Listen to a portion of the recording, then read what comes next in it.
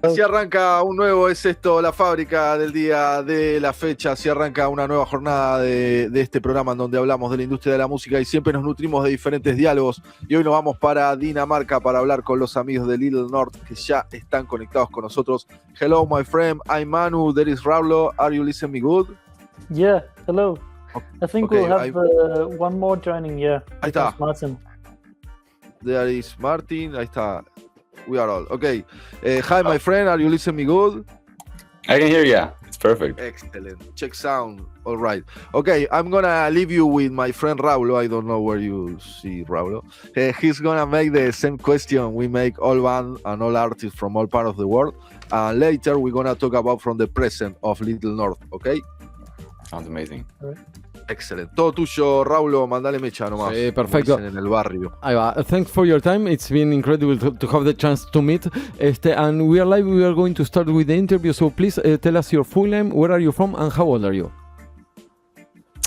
So I'm Martin. I'm from Denmark. I live currently in Copenhagen, and I'm 33 years old. Yeah. My name is Lasse Jacobsen, and I'm also 33, live in Copenhagen. And we also have a piano player in the band. Oh yeah. Who was around the same age. He's called Benjamin Nahum Jacobsen. Yeah. Nice. And can you tell us which is your first memory of you listening to music? That's a good one. I remember listening to music with my dad when I was a little kid. We had like headphones and we would like listen to music and then take a nap on like in the couch when I was little. Nice. Yeah. Nice. Wow. Yeah.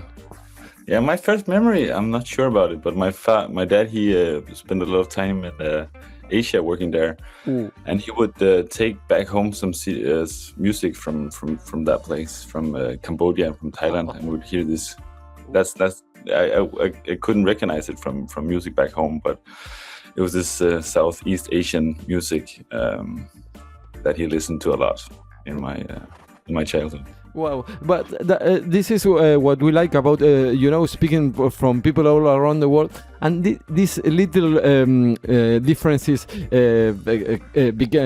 appears. Sorry, the question, Lasse. You were young. You were with headphones.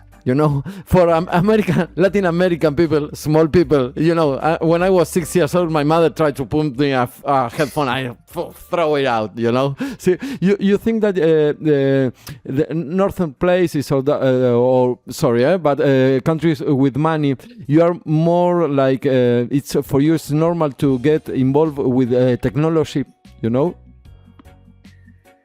I guess I don't really know the difference from where you guys are from because I haven't grown up there, but I mean we had like speakers and like a stereo when I was little. It was nothing fancy, but also like a vinyl player. Nice. But computers came later. Yeah. No, but for example, you are more things technology. You can buy technology, in a faster way. For example, for us, Latin America, to get a Fender Stratocaster or that kind of things, a Gibson, it's impossible. So you think that it's how do you manage that in the audio that you listen when you were young? For example, that kind of things. I think that you have a really high quality audio, in general. I have the chance to go to Copenhagen. The bar, any little bar in Copenhagen, it's like a really high quality sound and that kind of things, So.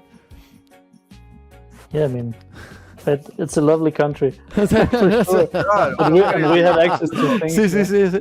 No, but not in I'm poor, you are rich, not that kind of things. How that kind of things get into your head to make music, that kind of things.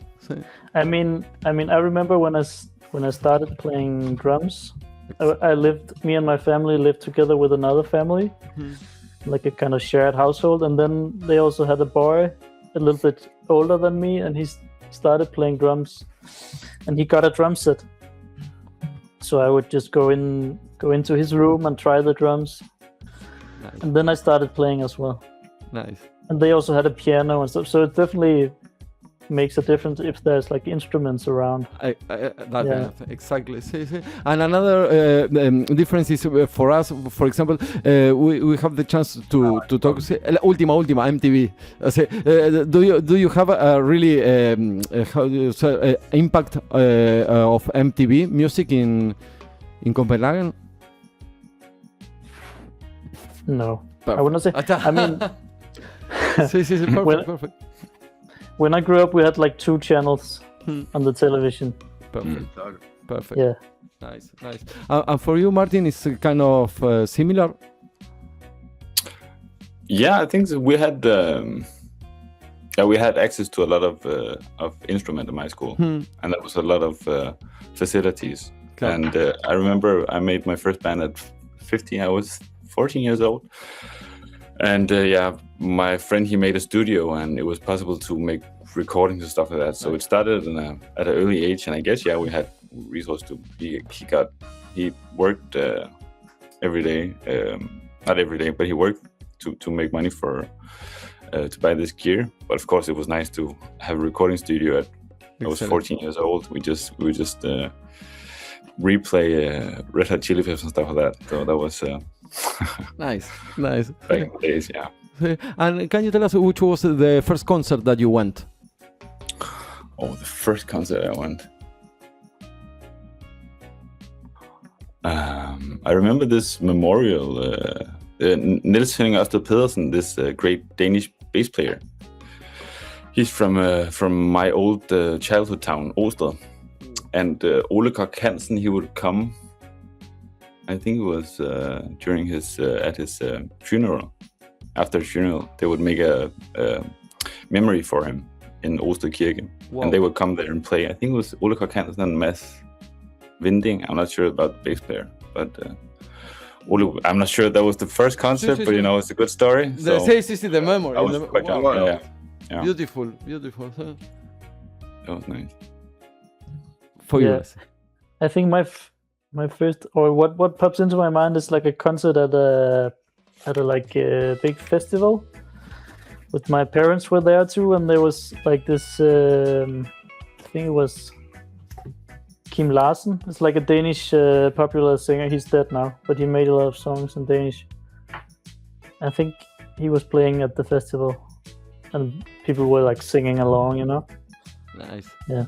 It was at night or afternoon? It was like beginning of the night, maybe like Nice. in the evening. Nice. Yeah.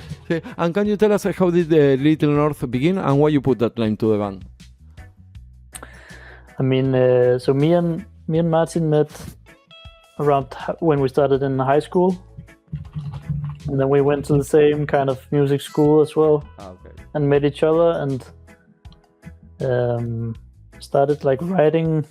Some of us started writing music, and then we was like, okay, let's have a band at some point.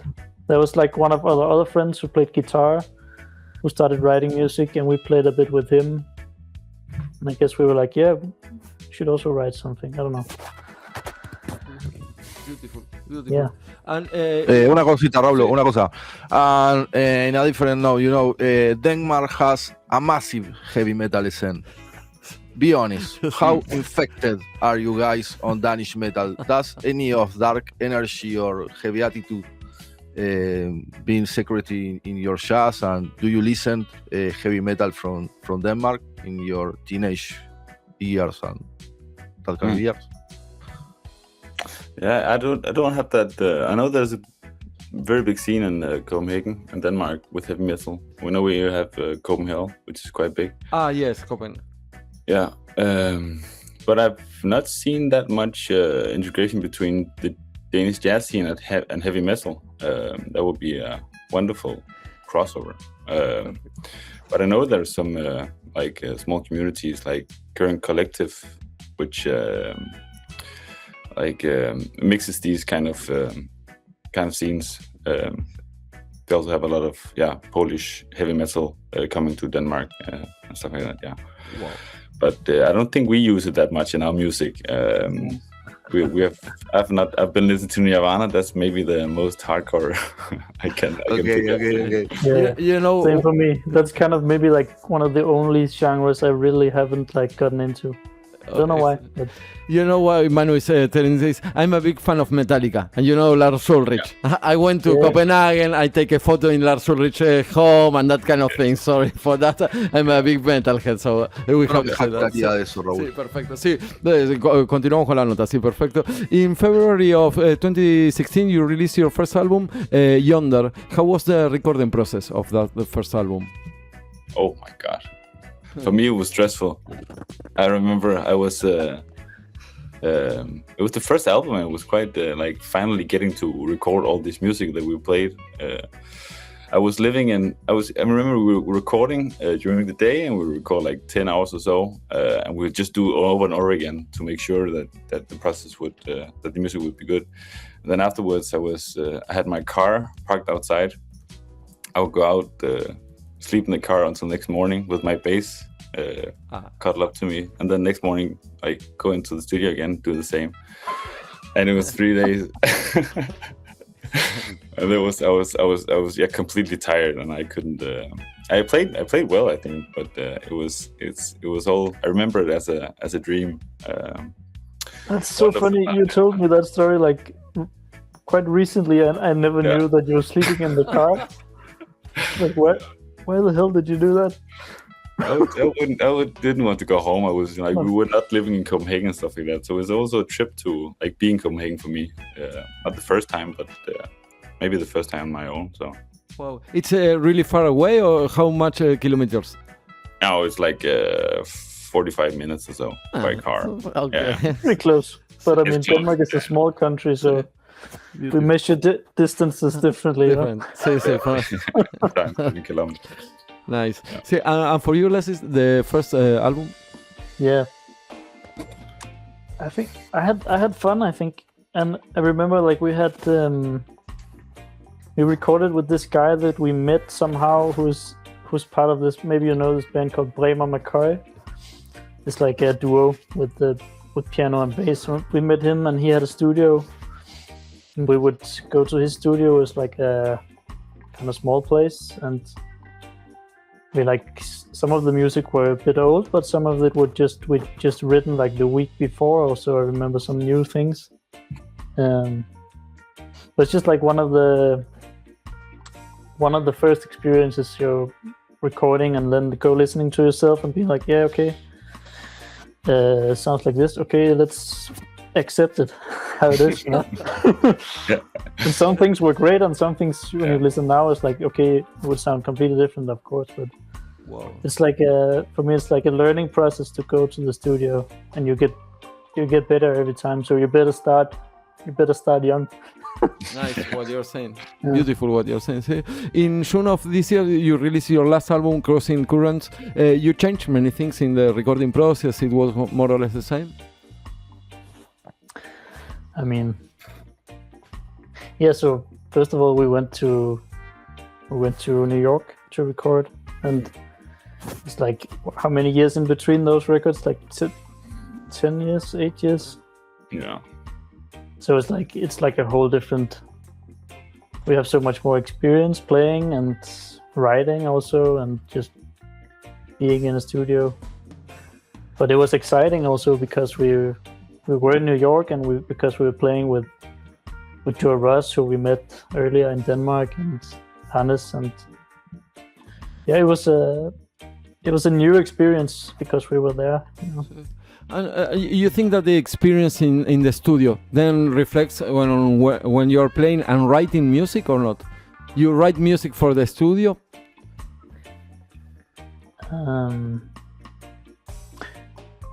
I'm not sure what you mean. Can you try? For example, my background is punk, and I'm over 40. We met with some people. We drink a lot, and we don't care about the audio and that kind of things. We went to a record studio, we play, poof. The next time, the second time, we make exactly the same thing, so it doesn't impact. We have a record. We don't mind, In your case, it's different. That.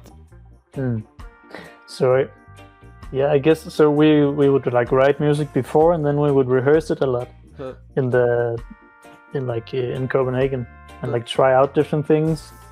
But in a way, it's similar to your story, because when you are in the studio. To our experience is that it's usually like in the first 2-3 takes that there's gonna be some magic, if it's gonna happen.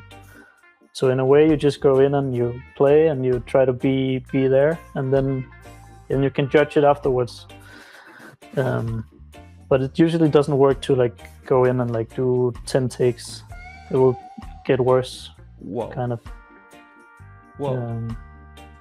So it's a process of like accepting where the music is and try to be there and listen to each other, Nice. What you're saying, beautiful. What you're saying. What things inspires you to write music?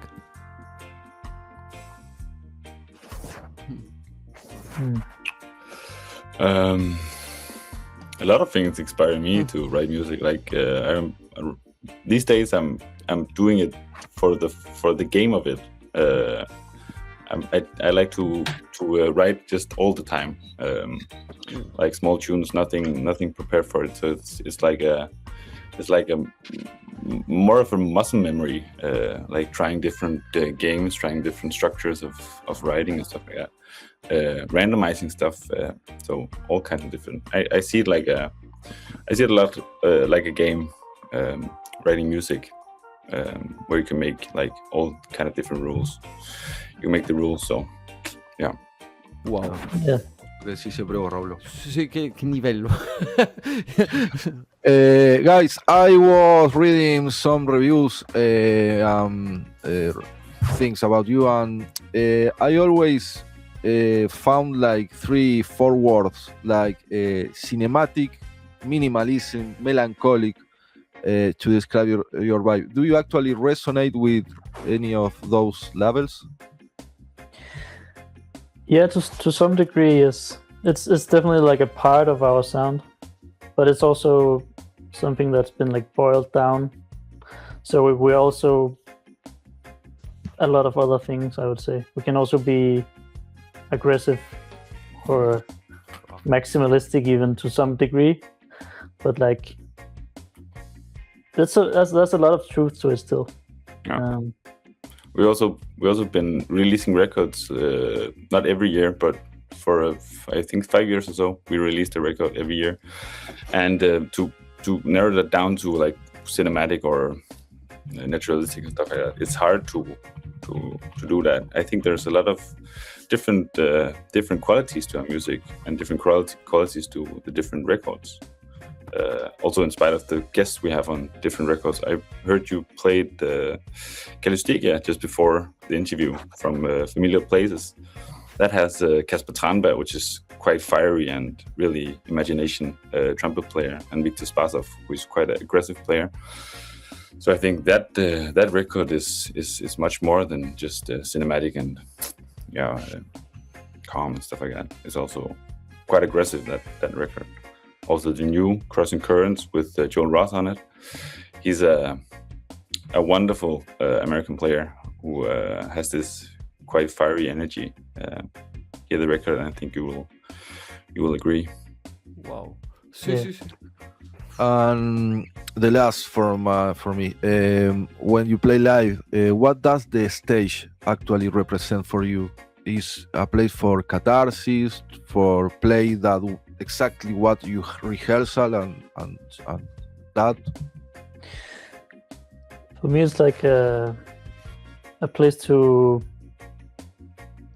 express yourself and to be together with the audience and like see what happens in the moment and like we rehearsed a lot, but we're not trying to rehearse what's gonna happen on stage, but more like rehearse so we have a lot of possibilities for what can happen on stage.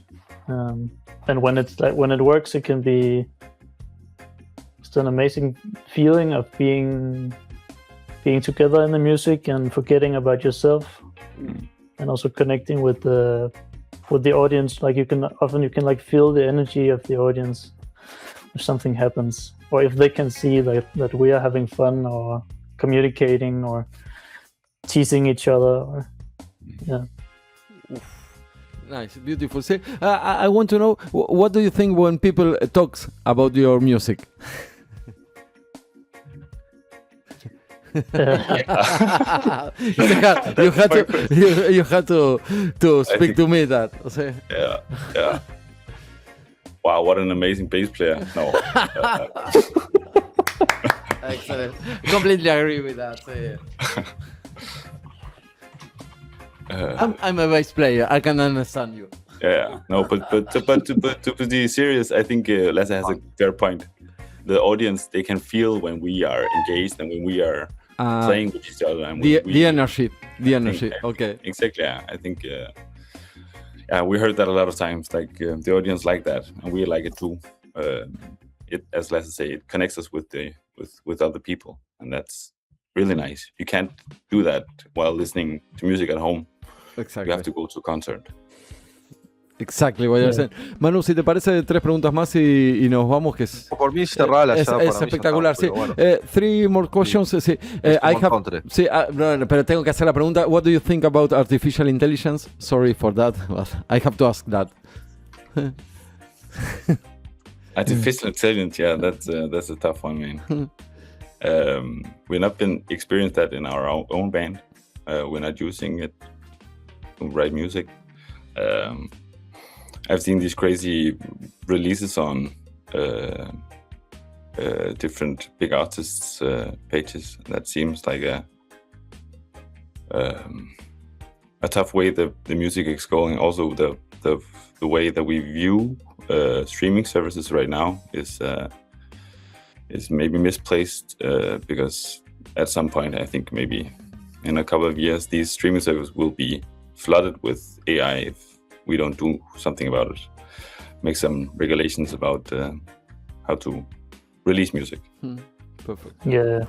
I mean, there's been this. It's still there. This big problem of AI music being released under real artists' names, and then the artists can't really do anything about it, or they can like fill out a complaint, and then there will be maybe in like 14 days it will be down. But there's no like verification process of if somebody is uploading music, there's nobody verifying that it's actually that artist. That's a big problem. And it seems like they don't really care about it, the services, but I don't know. But yes, we definitely need some kind of regulation system, and also maybe a way to like label what is AI music and what's not, you know. Perfect. But I think it can't really replace. I mean, especially live music. That's like you can't get that from AI. You know, you have to be there. Excellent. See the energy that you were talking about. The energy. It's impossible to make it. See, yeah. Yes, at least hopefully. for now. See, hopefully. Yes. At least for now. Who knows? Can you tell us something about the future plans of the trio? Yeah. So we're going on tour in October and November, presenting this new album, and we are bringing Hannes, the saxophone player who's on the album, but also we're bringing Reinier Baas, who's a Dutch guitar player. Wow. And he's amazing. We weren't able to get Joel on tour, so we asked Reinier, and he's coming. And we're playing in Denmark, and we're playing in Germany, Sweden, Norway, and also in Netherlands. So we are really looking forward to that. It's been a while since we've been on tour. Nice. Yeah.